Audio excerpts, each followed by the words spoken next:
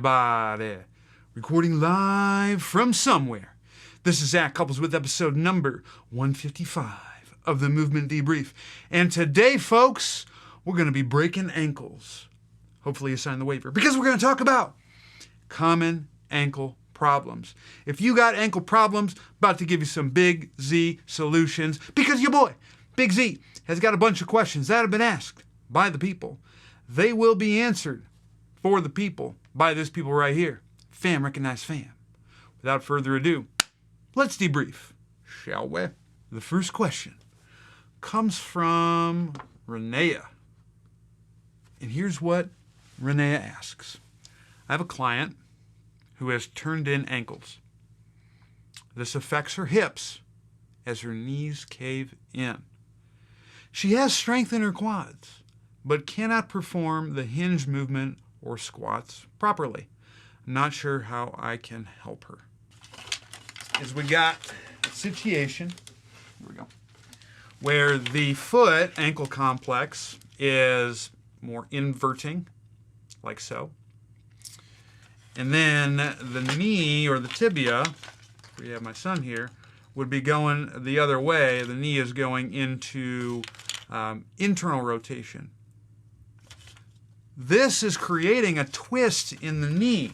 So if the calcaneus in the foot is more of an inverted orientation, the tibia has to externally rotate as a consequence.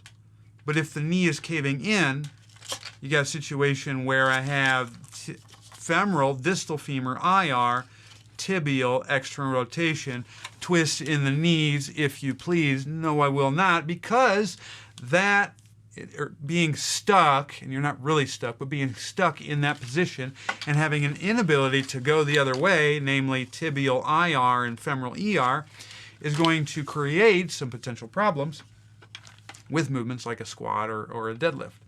Why is that? Well, I'm glad you asked.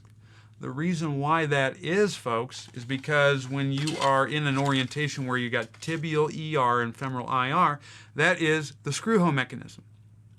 Meaning that the knee is going to be biased more towards extension. There's going to be a reduction of space in the knee joint, which can limit movement, namely flexion, which is the opposite, femoral ER and tibial IR. You kind of need to be able to bend your knees for something like a squat. And also, too, if you're going to be deadlifting from the ground, you need to be able to bend your knees to be able to get down to the ground. If someone can't do that, a lot of times what you'll see instead is those folks will bend mostly through the lower back. It's not necessarily the best way to pick something up off the ground because you're just not going to be utilizing your hips as effectively as you could. So that's exactly, well, I can't say exactly, but that sounds like what is going on with Renea's client, is you have a twist in the knee joint. How do you know if you got this? You might visually see it. You'll see the patella pointing forward, and you'll see the foot turning out. Knee flexion is often limited in these particular cases, so that could be also something to look at as well. What the heck do you do about it? That is the most important question for this particular case. And basically, we do the same thing that we've always done, which is if you got someone who's biased into a particular orientation, and they don't have the ability to reverse that orientation, you need to find ways to be able to get them to reverse that. Think Missy Elliott, flip it and reverse it. I always wanted to be able to say the next line, but I can't because it was done in reverse. Anyways, so if you got a situation locally where I got the tibia externally rotating and the femur internally rotating, well, you got to teach the tibia to IR and the femur to ER. But folks, we can't just do something locally at the knee and hope for the best, because a lot of times that don't work. We have to look at the more proximal influences that could create the femoral internal rotation that we are seeing. And that, folks, would be an anterior orientation or tilt of the pelvis. When I anteriorly orient or tilt the pelvis, meaning that it goes into a forward position, the acetabulum is going to be facing more inward, and that's what creates an internal rotation action at the femur. And then as a consequence, what will happen is the tibia in that scenario could externally rotate to either increase balance or to drive ER because you can't create that ER at the pelvis. And so this could also contribute to difficulties with things like a squat and a hinge. If I am anteriorly tilting or orienting, in order for me to attain a fair amount of depth in the squat, aka I got to go all the way down, well, you got to be able to go the other way. So that person may be limited in their ability to squat deep. Maybe they can only get to parallel or even slightly above, because in order for me to go ATG, which is my preferred way of squatting, you got to be able to tuck the hips underneath you so you can go all the way down.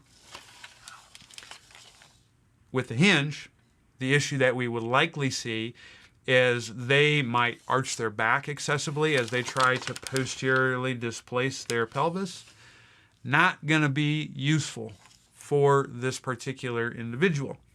So we have to make sure that they can create a posterior pelvic tilt first and foremost, so that can allow them to then restore available movement options.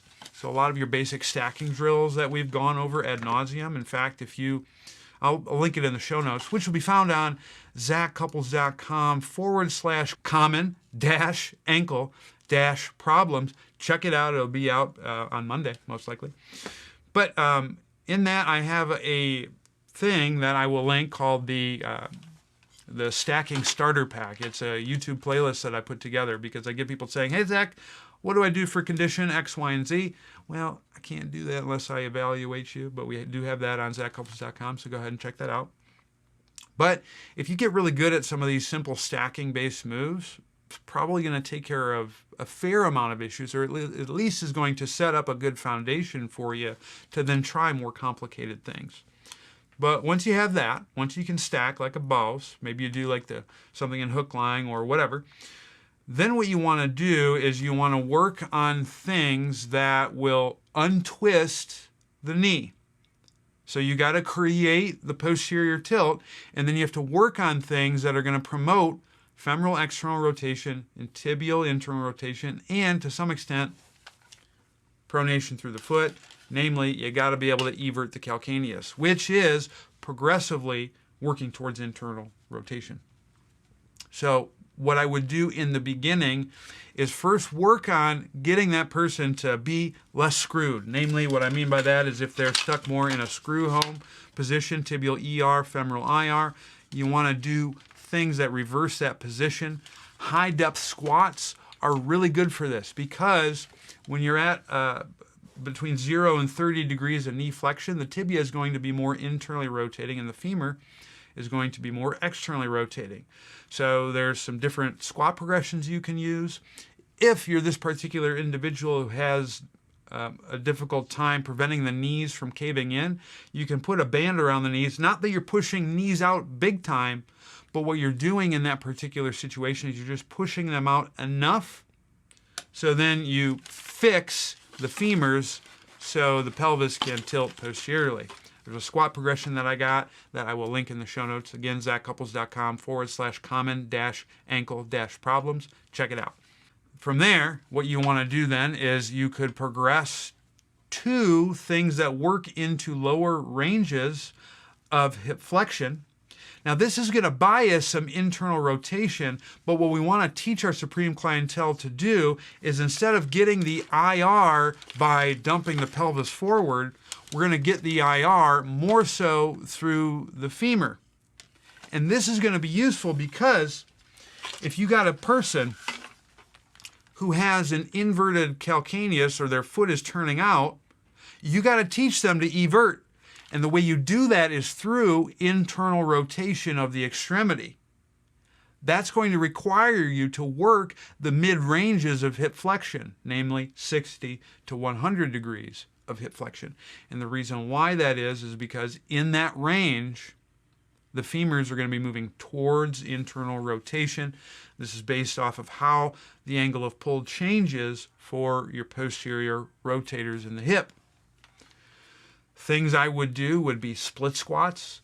If you got someone who's struggle bus and they don't have a good capability of IRing, doing an ipsilateral load can be really useful. Once you've done that, and you've worked depth, and they're not doing any crazy compensatory things, you want to work on that last bit of internal rotation. There's a half kneeling bent over reach series that I really like for this, because what you do is you put that person into an internally rotated position at the femur in the pelvis without anteriorly orienting, and then you work on untwisting the knee in this case to help influence ankle position. And then once you've done that, if you're feeling really frisky, you're like, okay, Big Z, I got this. What you got for me next? Well, don't worry. I got something for you. If you can master one of my favorite moves of all time, the bottoms-up shifty split squats, which makes you the mayor of IR City, no one will mess with you. So that would be where I would progress through. As you're doing all this and you're driving movement options, folks, do not forget that you probably need to work on squatting and you probably need to work on hinging. But I would choose variations where your supreme clientele can perform those movements without having the knees cave in as much. So that could be a Zercher squat, because that's going to allow you to create some posterior expansion. Could be a kettlebell or a goblet squat where you got a low position through the arms, meaning that you're going to be at 0 to 60 degrees of shoulder flexion. That could also work quite well. In terms of your deadlifts, you might start with some RDLs that actually bias a little bit of flexion through the spine. One of my favorite starting positions to get people deadlifting would be a snatch grip RDL. And if you do it in an offset position, that will allow some rotation to occur in the pelvis, which can make it easier for your peeps to go tuck themselves. And that would be how I would approach this. You got to untwist the knee, but you got to make sure that you get the posterior tilt, aka the stack, first. Once you got that, you're going to unhinge the knee, working on femoral ER and tibial IR. And then if you progress internal rotation-based activities like a split squat, no one will mess with you. Renea, thank you for an amazing, sexy question. The next question comes from JD22. Here's what JD22 asks. I'm having problems with ankle dorsiflexion on my right side. It feels blocked at the talus, and I often hear and feel clicking in that area. I also notice that the medial malleolus is more prominent on that side, almost like there is excessive tibial internal rotation, ? I was doing a movement screening and realized my hip internal rotation on that same side was very restricted. So I started working on that and noticed that it helped both of those symptoms in my ankle. What? He didn't say that, I did. I still have a lot of stiffness on dorsiflexion though, and though I've been working on the hip for about 2 weeks now, it seems to still be stiff every morning until I do my Lewitt position and work on the hip IR. Is there anything you would recommend doing for this situation, and how long till I see lasting changes? Or maybe, how should I program working on this issue? Thanks. You're welcome, JD22. So what he is realizing is the link between ankle motions and hip motions. Dorsiflexion of the ankle corresponds with internal rotation through the lower extremity. Don't worry, folks, I'm going to unpack that for you. You got to look at, when do I need dorsiflexion during the process of gait? And that will let you know what rotation is occurring at the femur. Dorsiflexion occurs predominantly at the ankle rocker portion of gait, which is mid-stance. So when I land, I have initial contact, the foot is going to be more supinated and plantar flexed, and then as I plop the foot down and I traverse the ankle over the foot, namely, which is the ankle rocker portion of gait, that's when we start to see ankle dorsiflexion. The foot pronates, the calcaneus everts. These are paired mechanics that happen when you walk. Well, folks, when does that happen in gait? It happens in gait during mid-stance. Then we have to ask ourselves, what happens to my hip and my pelvis when I'm in mid-stance? Well, what happens is, as I move forward, the pelvis drops down into adduction and internal rotation on the stance leg. In this case, it's going to be on the left. When this happens, that's going to be internal rotation at the femur. And then what has to happen at the sacrum is as I go into that internally rotated position, the sacrum is going to begin nutating. And so we can see, folks, if you have an inability to internally rotate your femur, that could potentially limit your ability to dorsiflex your ankle. So if you've done a bunch of local ankle drills and you're not seeing improvements in your dorsiflexion capabilities, you may want to do what JD22 bars did to improve ankle range of motion, and that is go after activities that will promote internal rotation at the hips, the Lewitt position being one of those. Now let's talk a little bit first before I go into what you might do with that, because there's a few things that we might be seeing here with JD22's presentation that is interesting. So JD22 mentioned that the medial malleolus is very prevalent. Well, that's kind of interesting, right? Because if the medial malleolus is prevalent, a lot of times what you'll see is somehow the medial malleolus is tipping more medially, and that's what makes the bony portion of that bone more visible. But that's often associated, surprisingly, with tibial internal rotation. So if you see like a flatter foot, the medial malleolus is going to tip inward. But if that's the case, then why can't our supreme person, JD, why can't this person dorsiflex? Well, there could be a few different reasons why that is. One, sometimes if a person has restricted ankles, you may actually have a twist through the distal tib-fib joint. And that can lead to some increased bone growth, hashtag Wolf's Law, hashtag what you gonna do about it, nothing. But that might lead to some more bone growth on the medial malleolus, and that can make it appear more present. And the reason why that is because of torsional forces through the distal tib-fib. And actually, if I get a twist only through the distal tib-fib, that actually may allow for more dorsiflexion to occur, but it's because there is a local adaptation that has occurred at that particular joint. That could be one thing. Another reason why this person could be limited in dorsiflexion is you could have a situation where if I have that twist through the joint, I could still have a foot that's stuck in a supinated position, namely the calcaneus is inverted and this person has a high arch. Well, if I have an adaptation at the distal tib-fib, but I can't, for whatever reason, alter foot mechanics in a favorable manner that allows for dorsiflexion to happen, you could still have a restriction there. The other thing that could happen is the calcaneus could still be in an inverted position, but what you may have occurring is a twist through the foot joint itself where I have the midfoot driving into an everted position or a pronated position. And this could still limit my ability to dorsiflex. It'll pick me up some, but because the calcaneus can't evert, dorsiflexion and eversion are paired movements, you could still have a restriction in dorsiflexion.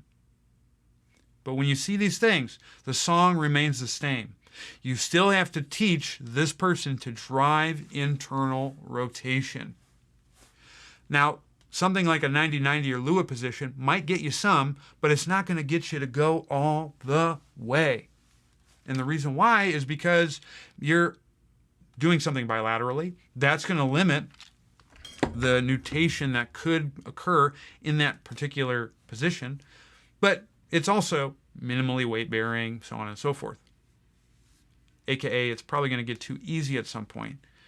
So if you want to get things to stick, you could actually do the entire progression that we just talked about in our last question. You need to drive progressively more internal rotation and likely in more challenging positions. So working on your ability to split squat, that would be huge for restoring the ability to dorsiflex the ankle. Any of the stuff that we talked about could be useful.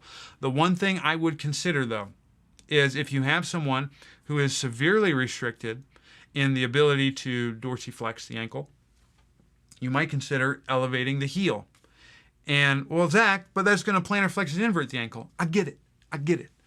But you're still going to be driving dorsiflexion, but you're going to be doing so at less of an end range position. So if I start in a plantar flex position and then I drive dorsiflexion from that orientation, I'm still going to get eversion of the calcaneus. I'm going to be able to get the foot to flatten. It's just going to be easier for them to do it. So that would be the only tweak that I would make in the progression. And if you do that, JD22, no one ought to mess with you. The next question is also from JD22. And here's what they ask. Do you do any kind of muscle strengthening for someone coming off a lateral ligament reconstruction? A lot of times I have pain trying to dorsiflex with my weight, but not if I support my weight.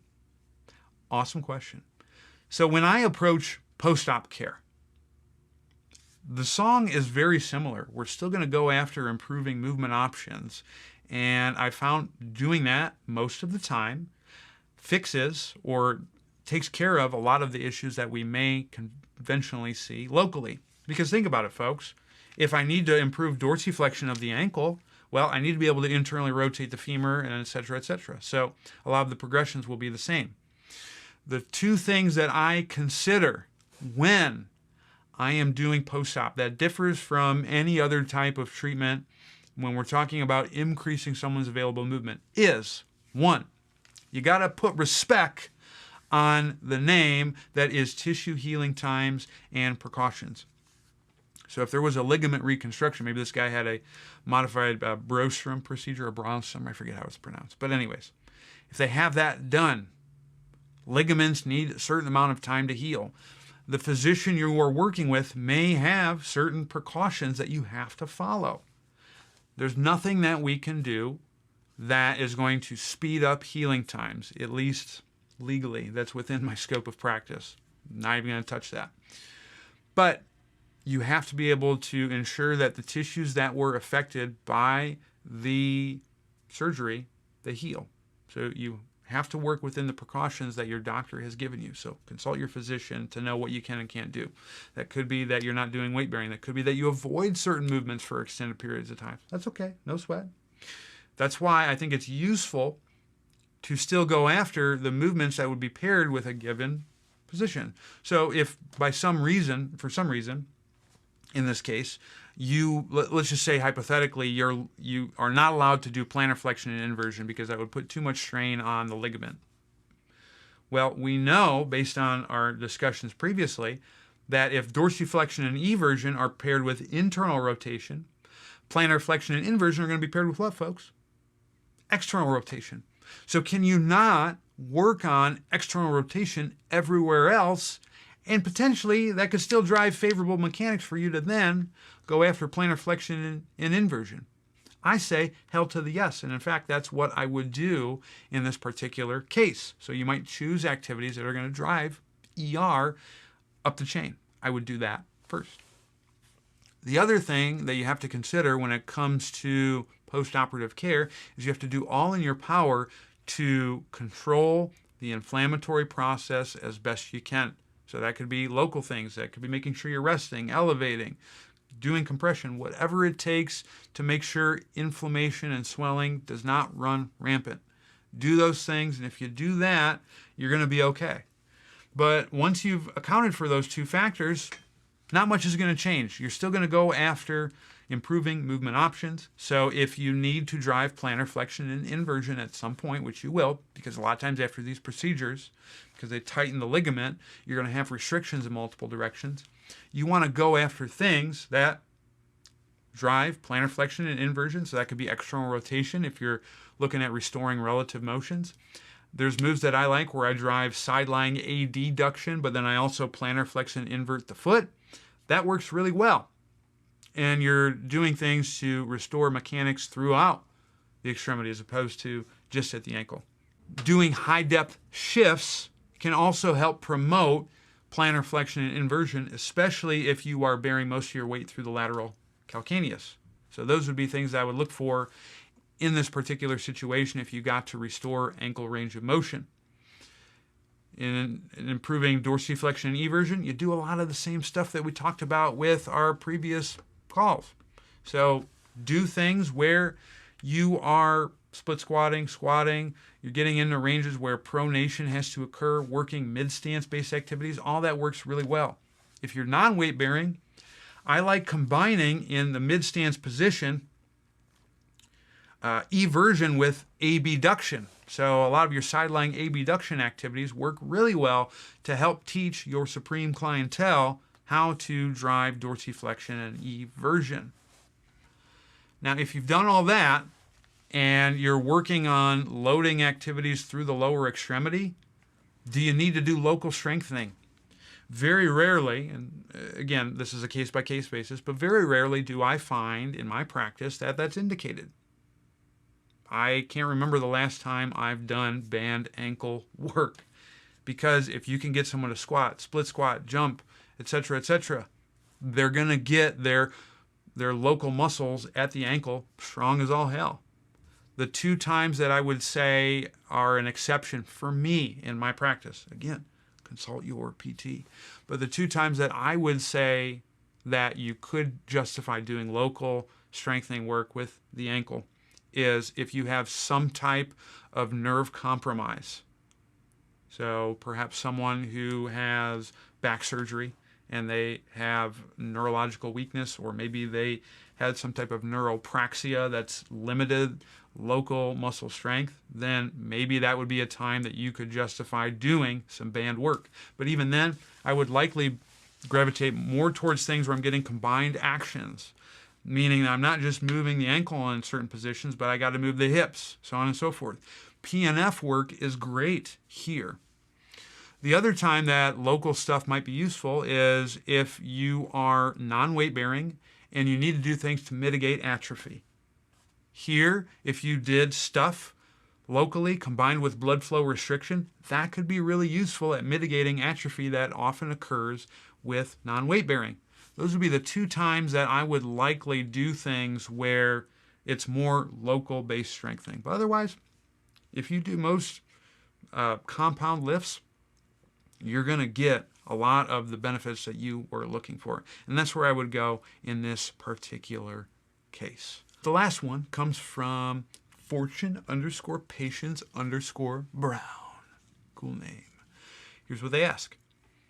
How to fix an ongoing issue with bone growth on my heel affecting the insertional point of my Achilles, resulting in continual soreness when running, please.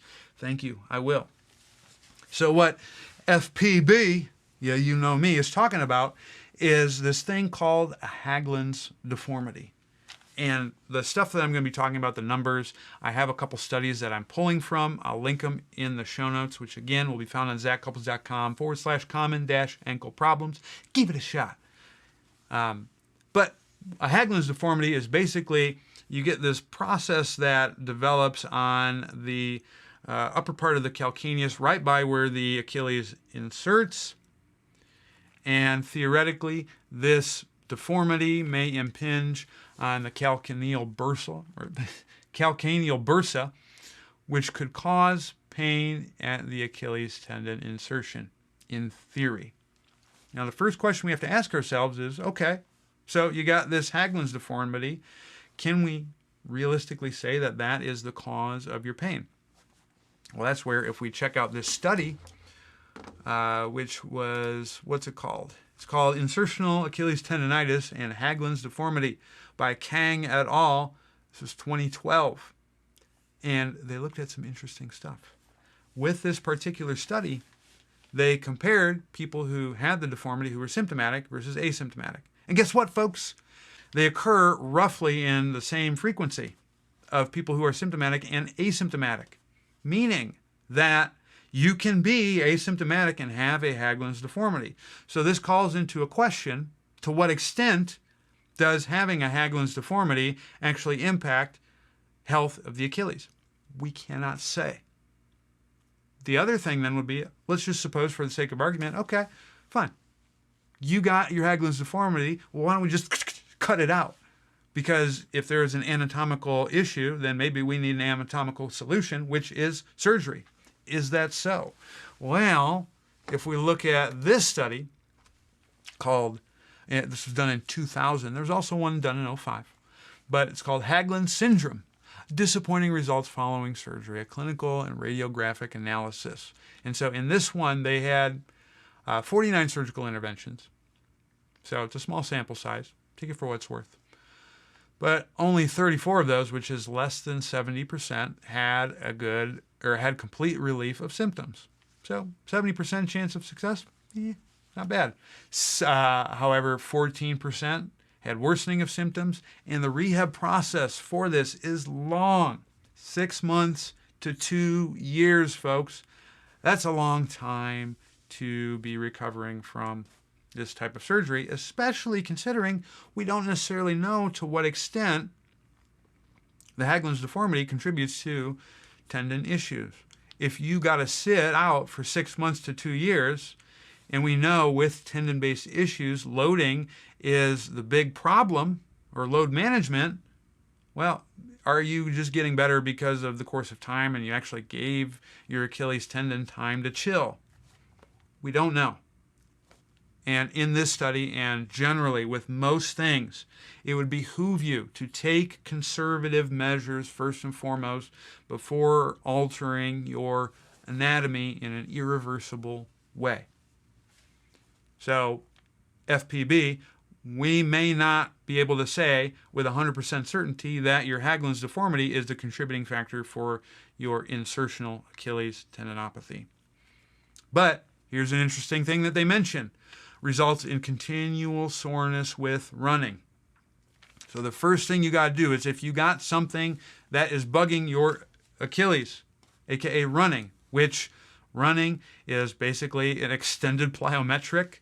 Tendons respond well to load, but something like plyos, especially when I do something that maybe is going beyond the load tolerance of the tissue, you may have to chill on that for a little bit.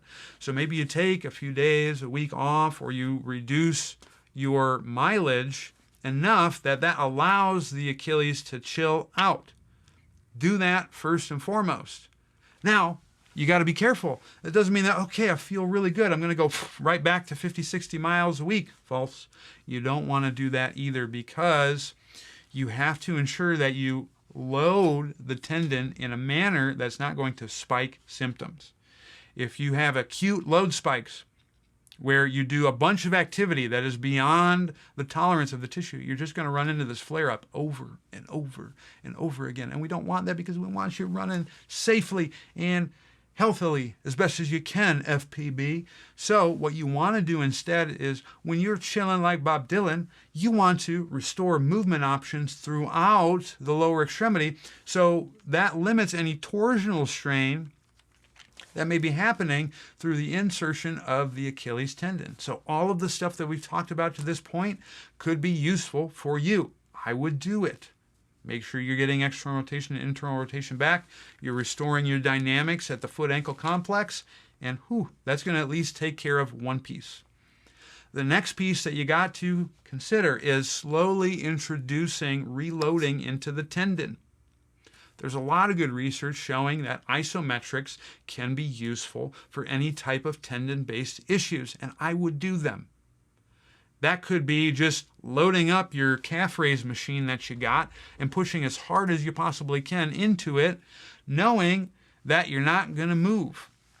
The thing that you have to be mindful of with an insertional Achilles tendinopathy that's different than just your good old-fashioned Achilles tendinopathy, which is oftentimes in the mid portion of the Achilles tendon. The insertional Achilles tendinopathy is at where the tendon inserts.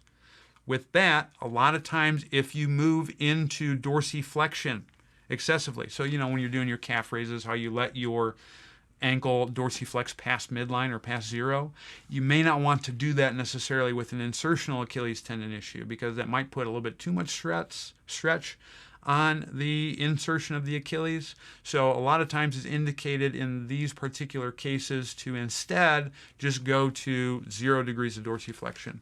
So if you're doing isos, or you're working through statodynamic stuff or tempo work that's heavier, because that's what you'd want to progress to after that, you want to stay to 0 degrees of dorsiflexion and not go beyond that until symptoms are cleared. Once you have symptoms cleared with those loading strategies, then it's likely safer to then go into a little bit of dorsiflexion at the ankle.